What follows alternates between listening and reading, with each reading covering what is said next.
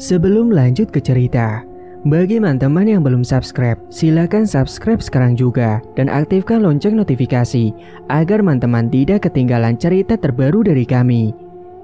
Dan tidak usah lama-lama, langsung saja kita masuk ke ceritanya. Selamat mendengarkan. Pagi itu, Desi sedang sibuk memasak nasi goreng untuk anak dan suaminya untuk sarapan. Dia sangat lihai dalam memasak, apalagi masakannya sangat enak rasanya. Sedangkan suaminya, Mas Zaki, sedang mandi untuk siap-siap berangkat ke kantor. Anak semata wayangnya Desi masih tertidur di dalam kamar. Meskipun di dalam rumahnya sudah ada pembantu, tapi kalau soal masak-memasak selalu Desi sendiri yang memasak. Sedangkan pembantu di rumahnya itu bertugas untuk bersih-bersih, nyapu, ngepel, nyuci baju dan juga nyuci piring. Tapi tidak semua pembantunya yang melakukan pekerjaan rumah. Kalau ada waktu senggang, Desi pasti ikut bantu-bantu. Beberapa saat kemudian, Zaki pun sudah rapi dan datang menghampiri ke ruang makan. Aromanya enak banget. Pasti masakannya sangat enak nih, ucap Mas Zaki. Sudah siap kamu, Mas? Tumben pagi sekali sudah rapi. Iya, soalnya nanti ada rapat pagi. Oh gitu, ya sudah ini sarapan aja dulu, Mas. Iya dek, emangnya nasi gorengnya sudah mateng? Sudah, Mas, sudah siap dihidangkan. Pagi itu Desi dan Mas Zaki menyantap sarapan bersama tanpa ada anaknya. Keluarganya sangat harmonis dan tentram. Keduanya saling menyayangi dan melengkapi satu sama lain. Setelah lulus kuliah, Desi langsung menikah. Desi dinikahi oleh pacarnya yang sekarang sudah menjadi suaminya. Waktu itu, Mas Zaki sudah lulus kuliah lebih dulu karena dia kakak kelas Desi. Dan saat Desi sedang kuliah, Mas Zaki sudah bekerja di salah satu perusahaan yang sekarang dia masih bekerja di perusahaan tersebut. Setelah menikah, Mas Zaki dan Desi langsung membeli rumah dan tidak ikut tinggal bersama dengan kedua orang tuanya. Mereka ingin hidup mandiri dengan keluarga kecil yang dibinanya. Mas, aku boleh kerja nggak? Kerja? Untuk apa? Mending kamu di rumah saja urus anak. Yang kerja biar aku, kan sudah tanggung jawab aku, dek. Tapi aku bosan, Mas, di rumah terus, kata Desi. Sudah, kamu nurut saja apa kata aku. Iya, Mas, hati-hati ya, ucap Desi yang tak lupa sebelum beranjak pergi dari rumah. Mas Zaki mengecup kening Desi terlebih dahulu. Dengan mobil yang dikendarainya, Mas Zaki berangkat menuju ke kantor. Letak kantornya Mas Zaki cukup jauh dan menempuh waktu sekitar 1 jam. Pagi itu jalanan yang dilalui oleh Mas Zaki cukup lancar, tidak seperti biasanya yang selalu macet. Jadi dia tidak perlu menunggu terlalu lama akibat macet di jalanan. Hingga sesampainya di kantor, Mas Zaki rapat bersama dengan klien yang penting. Sedangkan Desi di rumah, anaknya sudah bangun pagi itu. Rafa pun segera dimandikan oleh Desi pagi itu. Rafa sudah berusia sekitar 3 tahun, bicaranya saja sudah mulai lancar. Bun, ayah mana? Tanya Rafa. Ayah sudah berangkat kerja nak tadi pagi, setelah ini kamu makan ya, ucap ibunya. Setelah selesai memandikan Rafa, Desi langsung menyiapkan sarapan untuk anaknya itu. Rafa pun digantikan bajunya sama pembantu. Desi membuatkan bubur, karena nasi goreng buatannya tadi sudah habis tak bersisa. Beberapa saat kemudian, Desi mengajak Rafa ke halaman depan rumah sembari bermain dan menyuapi Rafa. Kamu makan yang banyak ya nak, biar cepat gede, ucap Desi. Di sisi lain, di dalam kantor, mata Mas Zaki tertuju kepada klien wanita yang cantik dan dia juga mengenalinya.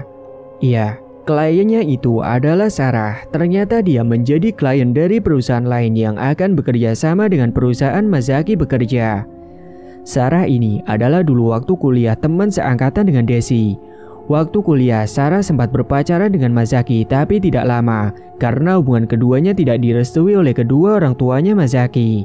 Dan akhirnya hubungan mereka kandas sehingga Mas Zaki berpaling kepada Desi yang tak kalah cantik dengan Sarah. Semenjak saat itu, hubungan Sarah dan Desi tidak baik, mereka jadi bermusuhan. Tapi semenjak lulus kuliah dan waktu Mas Zaki dan Desi menikah, keduanya sudah tidak pernah bertemu lagi karena sudah memiliki kehidupannya masing-masing. Dulu, Sarah pernah dibawa Zaki ke rumah kedua orang tuanya untuk dikenalkan. "Pak, Bu, ini Sarah pacar aku." Namun kedua orang tuanya Zaki saat itu memandang Sarah seperti tidak suka, bahkan mengeluarkan ucapan yang membuat Sarah sakit hati. Saat itu Sarah dicecar berbagai pertanyaan dari kedua orang tuanya dan dia pun menjawab sejujur-jujurnya. "Kok kamu pacaran sama dia sih, Zak? Dia kan cuma anaknya sopir angkot. Emang cantik sih, tapi tidak sederajat dengan keluarga kita," ucap ibunya Zaki. "Ibu, kenapa bilang seperti itu, Bu? Dia baik, Bu. Kalaupun anak sopir angkot, kenapa memangnya? Walaupun bapaknya sopir angkot, tapi dia bisa menyekolahkan anaknya sampai kuliah, Bu," bela Zaki. "Iya bener apa kata ibumu, Zak. Lebih baik kamu cari yang lain saja," timpal bapaknya. Pada saat itu, Sarah benar-benar dibuat malu dan sakit hati serta harga dirinya telah diinjak-injak oleh kedua orang tua Zaki. Namun Sarah berusaha untuk kuat dan tegar menerima kenyataan itu. "Sudahlah Mas, tidak apa-apa. Aku pulang saja ya. Maaf Om, Tante, apabila saya telah mengganggu," ucap Sarah berpamitan. "Aku anterin kamu ya," kata Zaki. "Tidak usah Mas," jawab Sarah. "Udah gak apa-apa, ayo aku anterin pulang." Zaki pun akhirnya mengantarkan Sarah pulang ke rumahnya yang saat itu masih menggunakan motor. Letak rumah Zaki dengan Sarah cukup jauh karena beda kecamatan. Hingga sesampainya di rumah Sarah, Zaki mampir terlebih dahulu untuk membicarakan tentang hubungannya itu. Mereka berdua pun duduk di ruang tamu dan berbicara dengan serius. "Mas, emang benar kata orang tua kamu, aku itu tidak pantas untuk kamu," ucap Sarah. "Kamu jangan ngomong gitu, Dek. Kita harus yakinin kedua orang tuaku." "Tapi aku nggak bisa, Mas. Maaf, lebih baik kamu cari yang lain saja. Kita akhiri saja hubungan ini." "Enggak, Sar. Aku nggak mau," kata Zaki. "Aku nggak apa-apa, Mas. Maaf, kita sampai di sini saja ya." "Ya sudah, kalau gitu mau kamu. Mulai sekarang kita masih tetap bisa berteman baik kan?" ujar Zaki. Sarah pun mengangguk menjawab ucapan dari Zaki. Dan semenjak saat itu hubungan pertemanan antara Desi dan Sarah menjadi tidak baik karena ternyata Zaki jatuh cinta dengan Desi. Apalagi setelah Sarah tahu kalau mereka telah berpacaran. Kedua orang tua Zaki merestui hubungan mereka karena Desi dipandang sederajat dengan keluarganya Zaki. Sehingga akhirnya mereka yang sudah sama-sama jatuh cinta dan direstui oleh kedua orang tuanya, mereka pun menikah seketika. Kembali ke masa kini. Saat sedang rapat, Mas Zaki jadi tidak fokus karena kedatangan Sarah yang bertambah cantik dan berbeda dari yang dulu. Dalam pikiran Mas Zaki saat itu membandingkan Desi yang sekarang dengan Sarah yang sekarang. Di rumahnya Desi terlihat kumal, tidak secantik Sarah yang sekarang tambah modis. Dan saat sedang melamun, tiba-tiba saja Mas Zaki dikejutkan dari lamunannya. Ada rekan kerja yang menepuk pundaknya. "Pak Zaki, Pak." Sontak Mas Zaki pun terperanjat dari lamunannya dan semua mata memandang kepada Mas Zaki. Iya ada apa?" "Bapak kenapa melamun terus?" Itu ditanya sama klien, ucap rekan kerjanya. Dengan segera Mas Zaki menjelaskan rencana yang akan dibuat ke depannya. Meskipun sedari tadi dia melamun, tapi dia dapat menyimak apa yang sudah dibahas. Singkat cerita, setelah rapat telah selesai, Mas Zaki mencegat Sarah untuk pergi. Mas Zaki ingin berbicara terlebih dahulu di ruangan rapat yang tadi. "Sarah, tunggu bentar, aku mau bicara sama kamu." "Bicara apa ya?" "Sini duduk dulu." Sarah dan Mas Zaki pun duduk berdua di dalam ruangan rapat itu. "Apa kabar, Sar? Kamu sekarang terlihat cantik sekali," rayu Mas Zaki. "Baik kok." Bisa saja. Oh iya, kamu dengan Desi bagaimana?" "Aku sama Desi baik-baik aja kok. Kamu sekarang sudah menikah, Sar?" tanya Mas Zaki kemudian. Udah dulu ya. Aku buru-buru nih. Udah ditunggu di depan itu sama rekan kerja yang lain," timpal Sarah. "Ya sudah kalau gitu, aku minta nomor HP kamu ya, biar nanti aku hubungi kamu," ujar Mas Zaki. Sarah pun kemudian memberikan nomor HP-nya kepada Mas Zaki dan dia pun kemudian beranjak untuk pergi. Sore itu Rafa sudah wangi dan sudah mandi. Dia menunggu kedatangan ayahnya sembari bermain mainan robot di ruang tengah. Beberapa saat kemudian Mazaki pun pulang. Terdengar suara pagar garasi yang terbuka. Itulah pertanda ayahnya sudah datang. Mazaki pun segera menghampiri Rafa lalu menggendong si Rafa. "Anak ayah sudah mandi, sudah wangi," ucap Mazaki. "Ayo kita main ya." "Kamu main dulu sama bunda ya. Ayah mau mandi dulu," ujar Mazaki. Rafa pun diturunkan dari gendongannya. Mazaki langsung beranjak menuju ke kamar mandi. Seketika Rafa terlihat murung dan sedih karena Mazaki tidak mau diajak main saat itu juga. "Rafa, main sama ibu aja ya. Ayahnya masih mandi," ucap Desi menenangkan. "Nggak mau, aku maunya main sama ayah," ucap Rafa manja. Malam harinya, terlihat Mazaki sedang duduk di teras rumahnya sembari menatap layar ponsel dengan senyum-senyum sendiri. Desi yang melihat dari dalam rumah sempat curiga karena tidak seperti biasanya Mazaki seperti itu. Dengan segera Desi menghampiri ke arah Mazaki.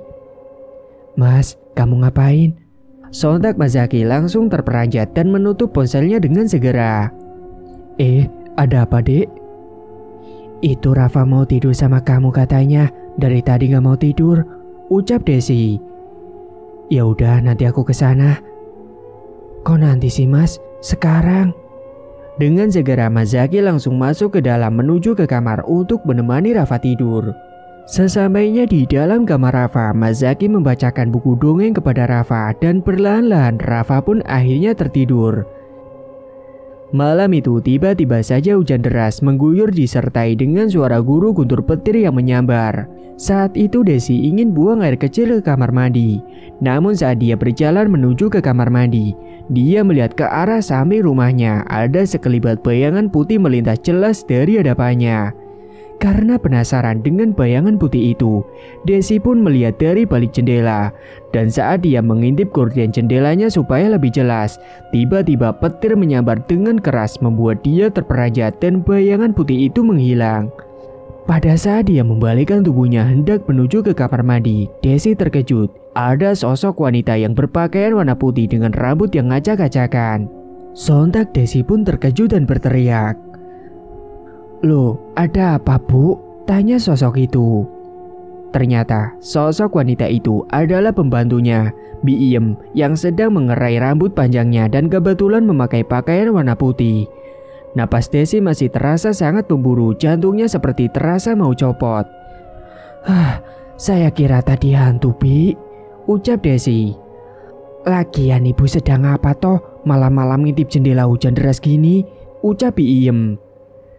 "Terus kamu sendiri sedang apa tadi berdiri di depan meja?"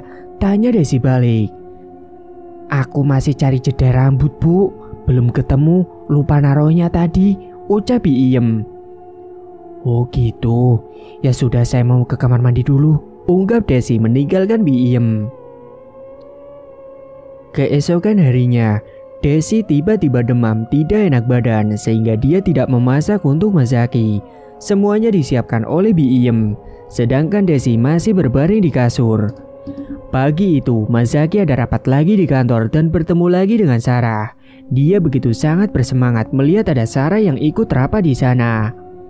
Singkat cerita, Sarah dan Zaki semakin dekat hubungannya dan sekarang Sarah telah jatuh cinta kembali kepada Zaki. Begitu juga dengan Mazaki yang muncul kembali benih-benih cinta yang telah lama gugur sekarang mekar kembali untuk Sarah. Sarah sudah mencari informasi tentang keluarganya Mazaki dan ternyata kedua orang tuanya Mazaki telah meninggal dunia beberapa tahun yang lalu karena mengalami kecelakaan saat perjalanan menuju ke rumah neneknya Mazaki. Dan hal itu membuat Sarah semakin bersemangat untuk mendapatkan hatinya Mazaki lagi karena sudah tidak ada lagi yang melarangnya. Hanya ada Desi saja yang harus disingkirkan dari kehidupannya Mazaki. Sarah sudah pernah menikah namun pernikahannya itu kandas entah sebab apa dan sekarang dia menjadi janda. Suatu hari ketika dia berada di dalam kamar, Sarah membaca tabloid dari media internet dan dari berbagai informasi. Akhirnya dia menemukan sebuah info tentang dukun santet. Muncullah dari pikirannya untuk menyantet Desi karena Sarah masih memiliki dendam dan rasa sakit hati kepada Desi. Dan kali ini dia benar-benar ingin mendapatkan Mazaki sepenuhnya. Akhirnya Sarah berniat untuk pergi ke tempat dukun santet yang sesuai dengan alamat di tabloid internet itu. Singkat cerita, dengan mengendarai mobil miliknya, dia pergi ke rumah dukun santet bersama dengan temannya yang bernama Vika. Mereka berdua berjalan melewati jalanan tengah hutan yang sepi dan banyak sekali pohon-pohon yang rindang. "Kita sebenarnya mau kemana sih, Sar?" tanya Vika penasaran. "Aku mau ke dukun santet." Sontak Vika yang duduk di sebelah Sarah langsung terkejut mendengar apa yang dikatakan oleh Sarah. "Dukun santet? Kamu mau ngapain? Mau nyantet siapa? Sudahlah Sar, kamu tidak usah dendam seperti itu. Gak baik loh, dosa tahu," cecar Vika. "Sudahlah, kamu diam saja. Ikut sama aku, semua biar aku yang nanggung dosanya." Vika hanya bisa menggeleng-gelengkan kepalanya mendengarkan ucapan Sarah. Sarah, kamu itu sudah tua, lebih baik sadar. Ingat, Zaki itu udah memiliki anak dan istri. Kamu jangan merusak kebahagiaannya, ucap Vika mengingatkan si Sarah. "Aku gak peduli, pokoknya Mas Zaki harus sama aku. Maka dari itu aku akan membuat Desi menderita. Karena dari dulu dia selalu bahagia, sedangkan aku hidupnya selalu menderita," ucap Sarah. "Terserah kamu lah Sar, percuma juga aku nasihatin kamu, pasti gak akan didengerin. Makanya sudah, kamu diam saja, tidak usah banyak bicara. Katanya kamu mau bantuin aku," ucap Sarah kemudian. "Bantu sih bantu, tapi bukan bantu dengan cara menyantet juga dong Sar. Seketika mereka berhenti di tengah jalan karena mobil yang mereka tumpangi itu mogok di tengah hutan. "Duh, kenapa sih ini mobil? Pakai mogok segala lagi. Aku juga gak tahu soal mesin lagi," kesal Sarah. "Tuh kan Sar, kamu itu gak boleh berbuat jahat, makanya ada saja kendalanya," kata Vika. Mereka terdiam di dalam hutan berduaan tanpa bisa apa-apa karena mereka bingung mau minta bantuan sama siapa. Apalagi sudah di tengah hutan dan tidak ada sinyal sama sekali. Hingga mereka di tengah hutan itu sampai larut malam dan berharap pada orang yang lewat untuk meminta bantuan.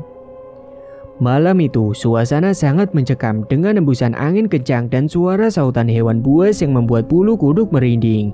Ditambah lagi saat mereka tengah duduk di samping mobil, betapa terkejutnya mereka melihat sosok wanita yang duduk di atas pohon. Wanita itu mengenakan pakaian berwarna putih lusuh, dengan tatapannya yang tajam dan bola mata berwarna putih semua, serta rambut acak-acakan dan wajah yang penuh noda darah. Sarah dan Vika begitu sangat ketakutan dan bingung harus berbuat apa. Tubuh mereka gemetaran, keringat dingin lengket melekat di tubuh dengan napas yang memburu. Tidak hanya itu, mereka juga mendengarkan ada langkah kaki menuju ke arahnya. Suara itu terdengar sangat jelas, namun saat mereka lihat tidak ada siapa-siapa di belakangnya. Tiba-tiba saja, di hadapan mereka ada sosok pocong yang berdiri dengan wajah yang menyeramkan, menatap ke arah mereka dengan tatapan yang tajam, melotot dengan wajah yang gosong dan mulut yang terbuka lebar menganga. Sontak keduanya pun teriak ketakutan karena tidak kuat melihat sosok-sosok yang menyeramkan itu. Hingga pada akhirnya mereka berdua pun pingsan sampai pagi hari. Keesokan harinya, Sarah terbangun dan mencoba menghidupkan mesin mobilnya. Dan saat dinyalakan, anehnya mesin mobil itu bisa nyala sendiri. Mereka pun melanjutkan kembali perjalanan menuju ke rumah dukun santet itu. Sekitar 20 menit, akhirnya mereka sampai juga di sebuah rumah yang berdiri sendiri di tengah hutan. Bangunan rumah itu terbuat dari kayu jati. Dengan segera Sarah dan Vika pun menyambangi rumah Mbak Cokro. Terlihat Mbak Cokro tengah duduk di depan teras rumahnya. "Permisi Mbah." "Kemarilah, aku sudah tahu maksud kedatangan kalian ke sini. Ayo silakan masuk," ucap Mbak Cokro. "Sar, kita pulang saja yuk, aku takut ih," ajak Vika. "Udah ayo, masuk ke dalam," tolak Sarah. Mereka berdua pun langsung masuk ke dalam rumahnya Mbak Cokro. Terlihat di dalam rumahnya, interiornya serba hitam dengan banyak hiasan dinding benda-benda keramat yang terpajang. Ada juga keris, boneka pocongan, jerami, dan lain sebagainya. Yang mana pemandangan itu membuat Sarah dan Vika ketakutan. Tapi Sarah tetap dengan pendiriannya datang ke rumah Mbak Cokro. "Silakan duduk." Saya datang ke sini mau membuat seseorang menderita, Mbah. Bahkan sampai mati, Mbah. Karena saya sakit hati selama ini, ucap Sarah. Apakah kamu sudah tahu syaratnya? Apa syaratnya, Mbah? Foto target beserta dengan nama target dan nama bapak target. Sudah, Mbah. Sarah sudah mempersiapkan semuanya terlebih dahulu karena dia mendapatkan informasi dari kabar tabloid itu. Sebelumnya foto target sudah dicetak oleh Sarah. Dia mendapatkan fotonya itu melalui foto di akun sosial medianya. Ini, Mbah, fotonya. Nanti malam kita akan lakukan ritualnya. Ritual akan dilakukan tepat pada malam Kamis Wage dan semua sesajen dipersiapkan oleh Mbah Cokro. Sesajen yang disiapkan berupa kemenyan, kembang setaman, kelapa muda dan kelapa tua, pisang, jajan tradisional, juada pasar dan sebagainya. Singkat cerita, ritual pun akan dilakukan oleh Mbah Cokro. Sarah dan Vika benar-benar takut melihat ritual yang akan dilakukan oleh Mbah Cokro. Apakah kamu sudah yakin akan mengirimkan ini kepada orang yang kamu ingin buat menderita? Tanya Mbah Cokro memastikan. Saya yakin, Mbah. Sudah, lakukan saja. Apa kamu sudah siap menerima resiko nantinya? Iya, Mbah. Saya siap. Apapun resikonya. Mbah Cokro mulai membakar kemenyan dan asapnya pun mulai mengepul di dalam ruangan itu. Beliau merapalkan mantranya dengan mulut yang komat kamit sembari meletakkan boneka pocongan yang diikat dengan tali. Foto target itu kemudian diasapkan di atas kemenyan itu. Sesekali ditusuk dengan menggunakan jarum beberapa kali. Sarah dan Vika merinding ketakutan tubuhnya gemetaran melihat ritual itu. Tiba-tiba saja hembusan angin kencang datang masuk ke dalam ruangan tersebut, membuat bulu kuduk mereka berdiri semua. Bahkan benda yang ada di dalam ruangan itu bergerak-gerak sendiri. Sar, aku takut. Ayo kita pulang saja, ucap Vika yang ketakutan. Udah diam, aku juga takut, jawab Sarah. Beberapa saat kemudian, terlihat ada sosok pocong dan sosok sundel bolong berdiri di samping Mbah Cokro. Sontak Vika yang melihat sosok itu langsung pingsan seketika, sedangkan Sarah masih tetap melihat meski dengan perasaan yang takut. Apalagi kedua sosok menyeramkan itu menatap tajam ke arahnya, serta mengeluarkan bau yang sangat busuk menyeruak ke dalam hidung. Mbah Cokro terlihat sedang berbicara dengan kedua sosok itu. Sarah gemetaran, napasnya memburu, tangannya dingin, wajahnya pucat pasi, apalagi dia belum makan sejak kemarin. Keringat dingin mulai bermunculan. Hingga beberapa saat kemudian sosok itu pun menghilang dan kondisi kembali normal. Mbah Cokro menghentikan ritualnya itu, lalu membungkus sebuah rajah yang bertuliskan Arab, nama target yang dibungkus dengan kain mori dan beberapa cacing di dalamnya, serta ada jarum tajam. Mbah Cokro memberikan bungkusan kecil itu kepada Sarah. Bawalah bungkusan ini dan letakkan di bawah kasur target. Jangan sampai ada orang yang melihat. Bagaimanapun caranya itu, letakkan bul itu tepat pada malam Selasa Kliwon, ucap Mbah Cokro. Baik, Mbah, saya mengerti. Bangunkan itu temanmu. Baru lihat sosok itu saja sudah pingsan, kata Mbah Cokro. Dengan segera Sarah membangunkan Vika yang belum sadar. Vika, bangun, ucapnya sembari menggerak-gerakkan tubuhnya. Beberapa saat kemudian akhirnya Vika pun terbangun, namun masih dalam keadaan linglung. Malam itu juga Sarah berpamitan kepada Mbah Cokro untuk segera pulang dan memberikan sebuah amplop coklat yang berisi uang mahar untuk beliau. Singkat cerita, dini hari mereka berdua pulang dengan melewati jalanan tengah hutan seperti kemarin. Di tengah perjalanan mereka merinding karena benar-benar gelap dan hanya sorot lampu mobilnya saja yang menerangi jalan yang mereka lewati. Tiba-tiba di hadapan jalan ada sosok pocong yang berdiri menatap ke mobil mereka. Sontak Sarah mengerem mobilnya secara mendadak. Ada apa sih, Sar? Kok berhenti mendadak? Lihat tuh di depan. Vika menatap ke arah depan dan mereka benar-benar merinding ketakutan. Tengah malam di tengah hutan ditampakkan sosok menyeramkan. Namun beberapa saat kemudian sosok itu perlahan menghilang dengan meninggalkan kepulan asap. Sarah pun segera melanjutkan kembali perjalanannya supaya segera sampai di rumah. Akan tetapi tiba-tiba saja dia mencium aroma yang menyeruak ke dalam hidung. Sarah mencium aroma bau bangkai dan bau busuk serta kembang-kembangan. Bulu kuduknya pun langsung berdiri dengan wajah memucat serta ketakutan. Singkat cerita, Desi yang tengah sakit tiba-tiba dia bermimpi buruk. Dia bermimpi Desi sedang berada di dalam kuburan dan dia dikejutkan dengan kedatangan sosok pocong yang menatap tajam ke arahnya dengan kedua matanya yang melotot. Sontak Desi terperanjat ketakutan. Dia pun teriak-teriak tapi tidak ada yang menolongnya. Hingga dia berjalan mundur ke belakang dan saat sosok itu melompat ke arahnya, dia pun berteriak. Tubuhnya terjatuh ke dalam galian tanah kuburan dan masuk ke dalam saat dia berjalan mundur. Sontak Desi pun semakin teriak ketakutan hingga pada akhirnya dia pun terperanjat bangun dengan keringat yang bercucuran dan napas yang tidak beraturan. Biiem yang sedang bermain dengan Rafa di ruang tengah mendengar jeritan dari Desi dan langsung masuk ke dalam kamar. "Kenapa, Bu? Ada apa?" tanya Biiem cemas. "Tolong ambilkan saya air putih, Bi," ucap Desi dengan napas yang terasa ngos-ngosan. Dengan segera Biiem beranjak pergi ke dapur untuk mengambilkan air putih. Beberapa saat kemudian, Iem datang membawakan minuman untuk Desi. Desi segera meneguk air putih itu dengan perlahan-lahan.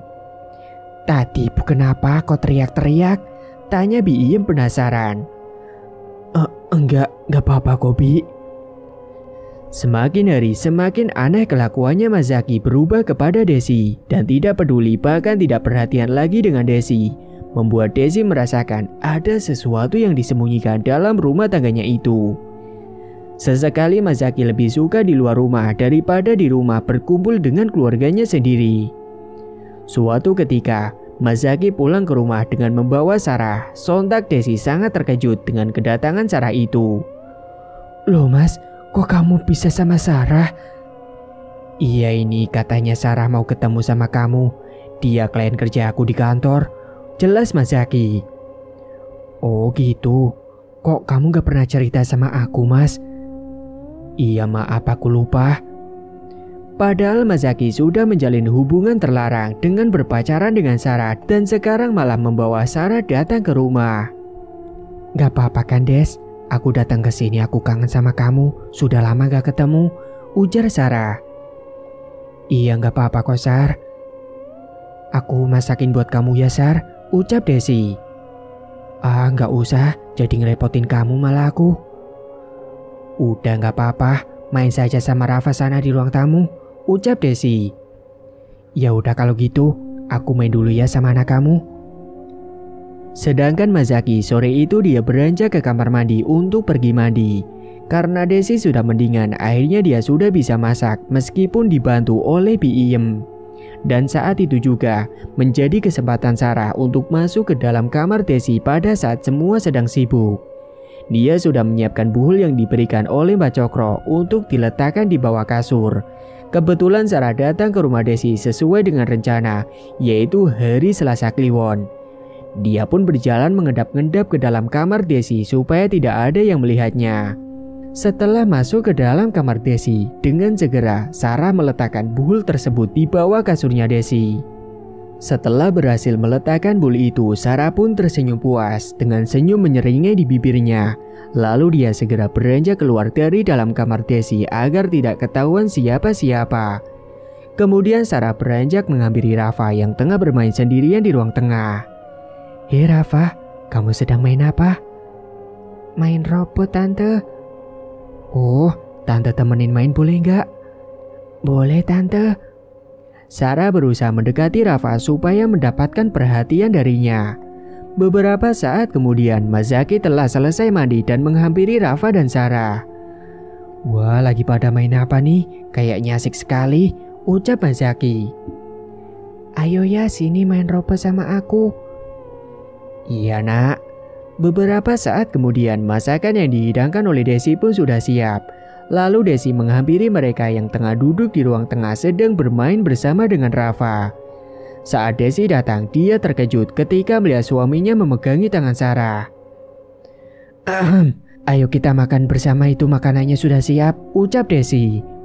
Sontak Mazaki terkejut dan melepaskan tangannya yang memegangi tangan Sarah. Ada apa ini, Mas? Gak ada apa-apa, Dek. Itu tadi ada nyamuk aja di tangan Sarah, ucapnya beralasan. Namun saat itu Desi berpura-pura tidak tahu saja dan bersikap biasa saja. Ya sudah, ayo makan. Mereka pun beranjak untuk makan bersama di ruang makan. Hidangan yang disajikan cukup banyak oleh Desi dan masih mengumpulkan asap yang tebal, menandakan masakan itu masih sangat panas. Saat semua sedang makan serta berbincang-bincang bersama, tiba-tiba saja Desi tersedak. Minum-minum, ucap Mazaki sembari memberikan segelas air putih kepada Desi.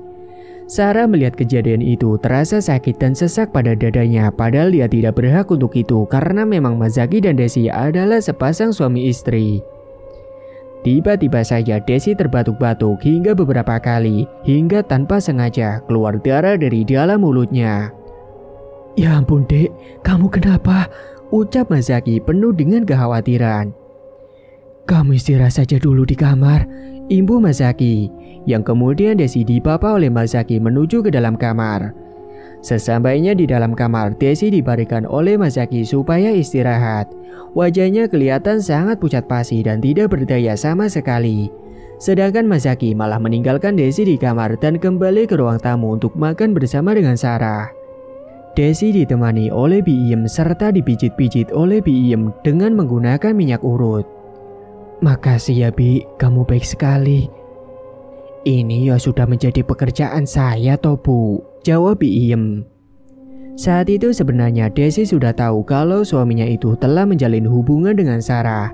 Karena saat sedang makan bersama, mata Mazaki menatap ke arah Sarah penuh arti dan senyum-senyum. Maka dari itu, Desi langsung tersedak hingga terbatuk-batuk. Menurutmu, apa yang harus saya lakukan tentang orang ketiga, Bi? Tanya Desi. Maksud ibu? Tanya balik Iem. Saya tidak tahu apa yang ke depan akan terjadi, Bi. Tapi saya yakin kalau Mazaki telah mengkhianati pernikahan ini, ujar Desi. Ibu jangan bicara seperti itu. Saya yakin rumah tangga ibu akan baik-baik saja. Saya doakan semoga rumah tangga ibu dan bapak langgeng sampai akhir hayat, ucap Iem menenangkan. Desi pun tersenyum mendengar apa yang dikatakan oleh Bi Iem. Beberapa saat kemudian Desi pun tertidur sedangkan Mazaki sedang berduaan dengan Sarah di belakang rumah. Rafa bermain dengan Bi Iem di ruang tengah. Saat itu Iem melihat kalau Mazaki sedang bermesraan dengan Sarah. Iem, saya mau mengantarkan Sarah pulang terlebih dahulu. Kamu jaga ibu ya. Awas kamu kalau bicara macam-macam sama ibu, saya kamu pecat, ancam Zaki. Iem hanya bisa menganggukkan kepalanya menjawab ucapan dari Zaki. Malam itu tiba-tiba hujan deras turun mengguyur seluruh rumah, akan tetapi Mazaki belum pulang juga. Desi terbangun karena mendengar ada suara petir yang kencang sekali. Dia pun beranjak keluar kamar menghampiri Iem yang tengah menggendong si Rafa. Bi, bapak kemana? Tanya Desi.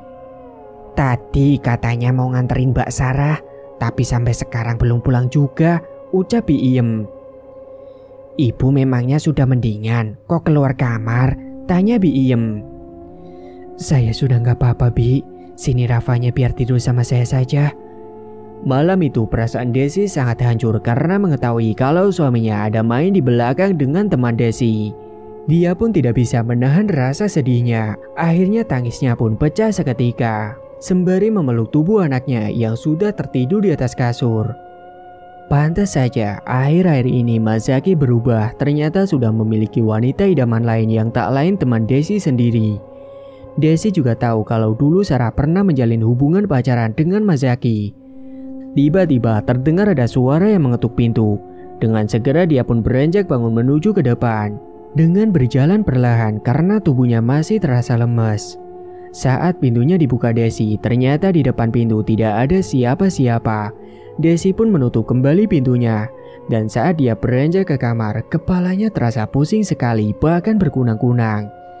Saat itu juga dia mengeluarkan darah dari hidungnya karena tidak kuat berjalan dan kepalanya terasa pusing. Akhirnya dia pun ambruk di ruang tamu.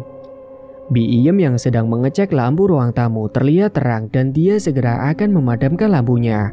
Dia terkejut ketika melihat Desi pingsan di depan pintu. Bu, ya Allah bu, teriak Iem panik. Dengan segera Iem menelpon Mazaki, akan tetapi dari seberang telepon tidak diangkat juga. Akhirnya Iem meminta bantuan kepada Pak Satpam yang berjaga di pos depan. Desi dipapah oleh Iem dan Pak Satpam menuju ke dalam kamar. Hujan semakin deras disertai dengan petir yang menyambar dan guru guntur terdengar mencekam. Mazaki belum juga pulang ke rumah. Keesokan harinya, Desi sudah tersadar dengan wajah yang memucat pasi dan tubuhnya yang sangat lemas tak berdaya. Iem dengan segera membuatkan teh hangat untuk Desi. Ini bu, minum dulu teh hangatnya. Mazaki belum pulang ya Bi? Belum bu. Desi meneguk teh hangat tersebut dengan perlahan hingga tinggal setengah gelas. Kepala saya pusing sekali Bi, perut juga sakit sekali, terasa seperti ditusuk-tusuk, gak karuan sekali rasanya. Kalau begitu kita ke rumah sakit saja ya bu, tawar Iem.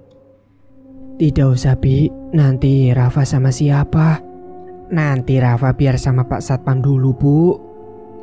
Gak usah, nanti mending kamu telepon dokter saja, suruh datang ke rumah. Oh iya baik bu. Pagi itu Iem menghubungi dokter pribadi untuk datang ke rumah. Dan beberapa saat kemudian dokter itu pun sampai juga ke rumah untuk memeriksa Desi. Setelah diperiksa, dokter mengatakan kepada Desi kalau dia tidak menderita sakit apapun.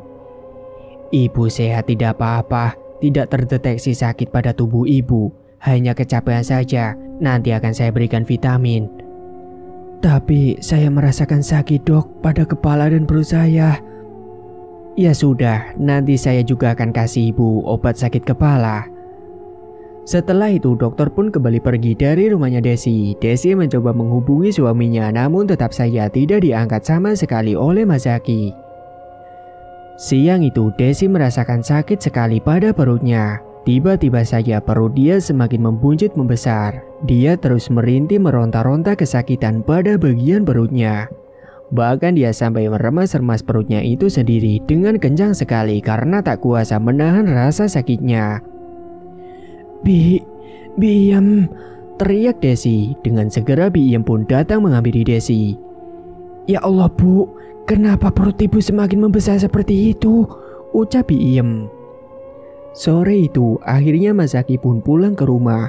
Dia nampak terkejut dengan apa yang terjadi dengan Desi. Kamu kenapa dek? Kenapa bisa seperti ini? Tanya Mazaki. Dari mana saja kamu mas? Selama ini ditelepon gak diangkat-angkat, kata Desi. Namun Mazaki tidak menjawab pertanyaan dari Desi sama sekali. Kemudian sore itu juga dengan segera Desi dibawa ke rumah sakit oleh Mazaki. Sesampainya di rumah sakit, Desi langsung diperiksa oleh dokter dan kata dokter Desi tidak menderita sakit apapun. Namun sakit Desi pun semakin parah. Perutnya semakin membuncit dan sekujur tubuhnya ditumbuhi dengan bisul yang bernanah, bahkan baunya sangat busuk sekali. Membuat Mazaki tambah berpaling dengan Desi. Dia lebih suka pergi keluar rumah dan menemui Sarah. Mereka selalu ketemuan di hotel. Bahkan Mazaki dan Sarah juga sudah melakukan hubungan terlarang yang sangat dilarang. Meskipun Sarah seorang janda dan sudah pernah menikah, tapi dia belum juga memiliki anak.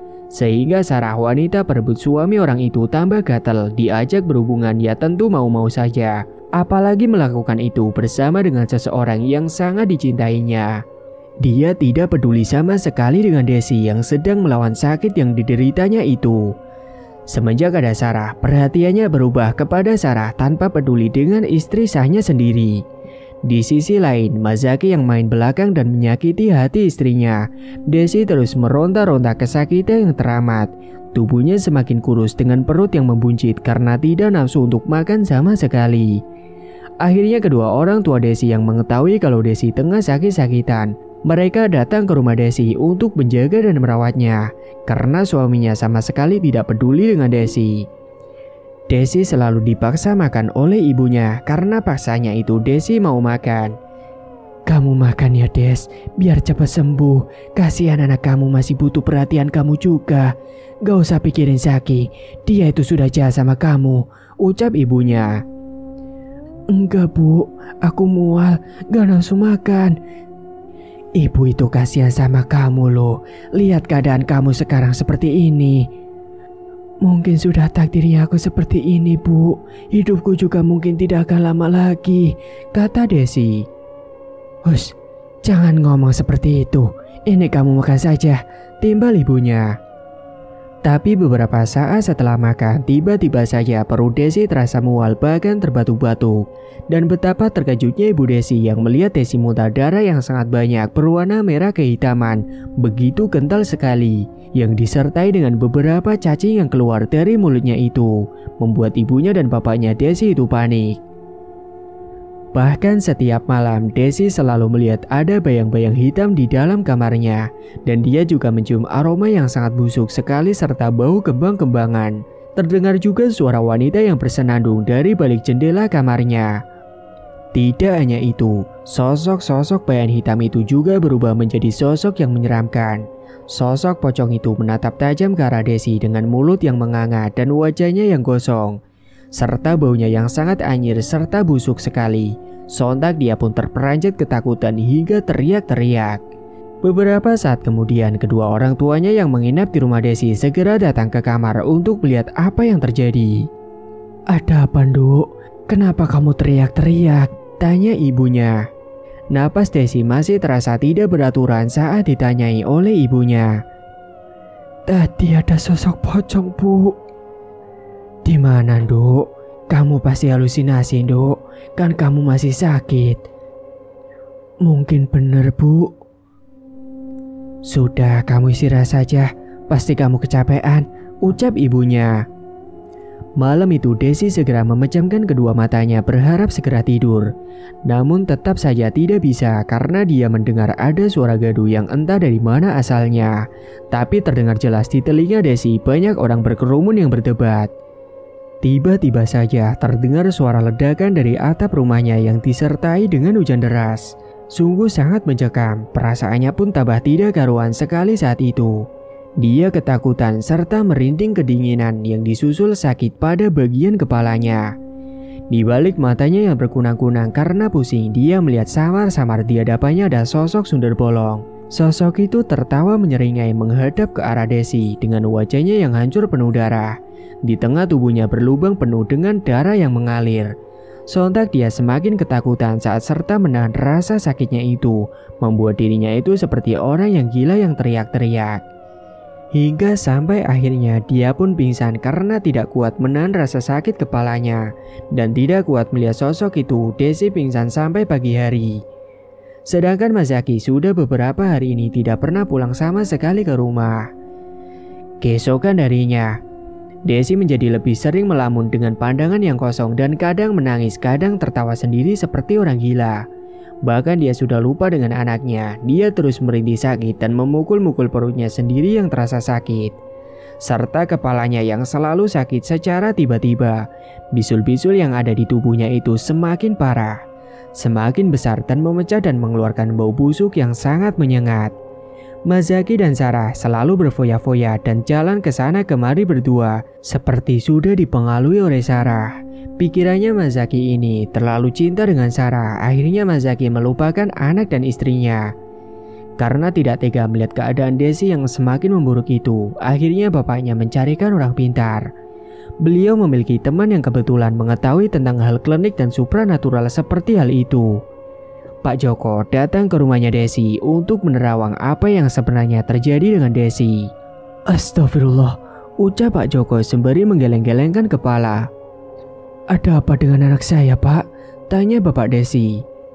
Anakmu telah diguna-guna, ucap Pak Joko. Siapa yang tega mengguna-guna anak saya, Pak? Kamu tidak perlu tahu, yang penting sekarang kesembuhan anakmu sekarang.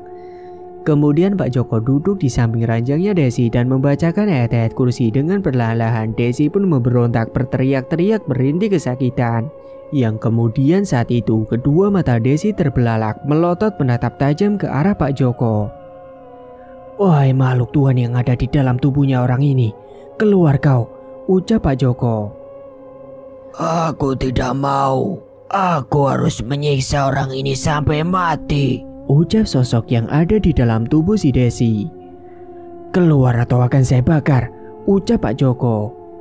Namun Desi terus memberontak. Tanpa ampun Pak Joko terus membacakan ayat-ayat suci Al-Quran supaya sosok yang ada di dalamnya itu kepanasan dan tersiksa.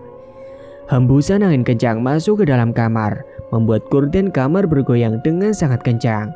Dan perlahan-lahan kaca lemari retak dengan sendirinya, membuat kedua orang tua Desi yang menyaksikan itu merinding. Sementara Desi terus meronta-ronta ke sana kemari, tubuhnya yang dipegangi oleh Bapak Desi dan Pak Satpam. Perutnya Desi semakin membesar, seperti akan meluluh lantakan semua isi yang ada di dalam perutnya itu. Pak Joko terus membacakan doa-doa hingga tubuhnya sampai bercucuran keringat karena bertarung dengan sosok yang ada di dalam tubuh Desi. Sekujur tubuh Desi yang penuh dengan bisul itu memecah dan menjijikan. Yang keluar dari bisul itu adalah cacing-cacing yang baunya sangat busuk sekali. Karena tak kuat dengan bau busuknya itu, akhirnya Bapak Desi dan Pak Satpam melepaskan genggamannya pada tubuh Desi. Beberapa saat kemudian, Pak Joko memegangi perut Desi yang semakin membesar. Tolong siapkan telur, ucap Pak Joko. Ibunya Desi dengan segera beranjak ke dapur untuk mengambil telur. Beberapa saat kemudian ibunya pun kembali membawakan telur. Kemudian telur tersebut dioleskan oleh Pak Joko pada perut Desi yang semakin membesar dengan terus membacakan ayat-ayat suci Al-Quran. Desi semakin merintih kesakitan. Setelah selesai mengoleskan telur tersebut pada perutnya Desi, kemudian perlahan-lahan perut Desi mulai mengempes. Bersamaan dengan itu, sosok yang ada di dalam tubuh Desi pun ikut keluar dengan sendirinya. Dan dia ambruk pingsan karena kelelahan melawan sosok yang ada di dalam tubuh sedari tadi merintih kesakitan. Dan telur terus langsung dilempar dipecahkan oleh Pak Joko. Semua yang ada di dalam kamar ngeri melihat isi dalam telurnya itu. Ternyata cacing yang banyak sekali jumlahnya, serta baunya sangat busuk sekali. Astagfirullah, ucap Pak Joko. Desi telah disantet seseorang dan santet yang dikirim itu adalah jenis santet bul cacing apin. Santet ini yang akan membuat si target menderita sakit dan perlahan-lahan akan mati, terang Pak Joko. Siapa yang mengirimkan ini, Pak? Tanya Ibu Desi. Kalian tidak perlu tahu, yang penting sekarang dia sudah membaik dari sebelumnya, ucap Pak Joko. Sementara Bi Iem tengah menenangkan Rafa di belakang rumah yang sedari tadi menangis. Tiba-tiba Bi Iem teriak kencang membuat semuanya panik dan segera melihat ke belakang. Ada apa? Tanya Pak Joko. Ada ular besar Pak itu, ucap Bi Iem. Dengan segera Pak Joko membacakan doa untuk mengusir ular yang mencoba mengganggu itu. Singkat cerita, beberapa saat kemudian Desi pun tersadar. Pak Joko sudah membacakan air putih dengan doa dan air putih itu diteguk oleh Desi dengan perlahan-lahan. Setelah meminum air putih itu, kemudian Desi memuntahkan darah yang disertai dengan cacing. Desi sangat lemah sekali, wajahnya yang semakin memucat. Kemudian Pak Joko mengambil buhul yang terdapat di bawah kasur tidur Desi. Dan buhul itu kemudian diambil. Di dalamnya ada sebuah raja yang bertuliskan nama Desi dengan menggunakan bahasa Arab. Ada juga beberapa jarum. Lalu buhul tersebut segera dibakar oleh Pak Joko. Hembusan angin kencang datang membuat suasana saat itu semakin mencekam. Daun-daun di atas pohon gugur berjatuhan. Dengan dibacakan ayat-ayat suci Al-Quran dan buhul itu terbakar menjadi abu. Setelah itu, Pak Joko memberitahu cara untuk menanggal ilmu hitam pada diri Desi dan rumahnya. Siapkan 3 daun sirih yang satu ditumbuk, lalu diletakkan di dalam air yang digunakan untuk mandi. Yang satunya lagi coba tumbuk dan campur dengan air, lalu dicipratkan ke seluruh rumah, dan sisanya direbus dan airnya diminum. Kamu juga harus bertaubat mendekatkan diri kepada Allah Ta'ala agar selalu dalam lindungannya, Ibu Pak Joko. Dengan segera, Ibu Desi menyiapkan 3 daun sirih yang ditumbuk dan dimasukkan ke dalam bak mandi. Yang satu lagi dicampurkan dengan air yang dicipratkan ke sekeliling rumahnya. Dan sisanya direbus dengan air. Kemudian air rebusan daun sirih itu segera diminum oleh Desi. Sementara itu, Mas Zaki yang akan berlibur dengan Sarah berada di perjalanan mengalami kecelakaan. Mobilnya tabrakan beruntun hingga mobil ringsek. Sarah meninggal dunia di tempat dengan keadaan tubuh yang hancur dan penuh dengan darah yang berlumuran.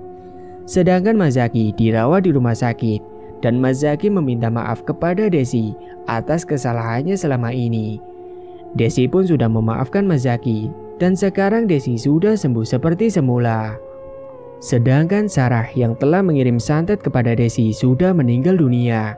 Akhirnya Desi tahu siapa yang telah mengguna-guna dirinya. Waktu itu Sarah dan Vika datang ke pedalaman Sumatera ke tempat dukun santet itu. Dan dia menggunakan jenis santet cacing abin yang sangat ganas untuk diberikan kepada Desi. Namun karena Desi memiliki iman yang kuat, maka dia dapat disembuhkan. Mas Zaki dan Desi akhirnya bisa bersatu kembali karena semua itu akibat Sarah yang membuat rumah tangganya hancur.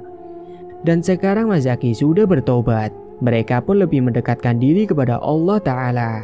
Keluarganya Desi sudah kembali harmoni seperti dulu lagi tanpa ada gangguan orang ketiga.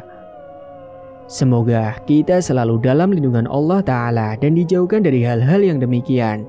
Pertebal iman kita, perbanyak ibadah, dan jangan pernah berniat untuk menggunakan ilmu hitam karena itu perbuatan yang sangat dibenci oleh Allah Ta'ala.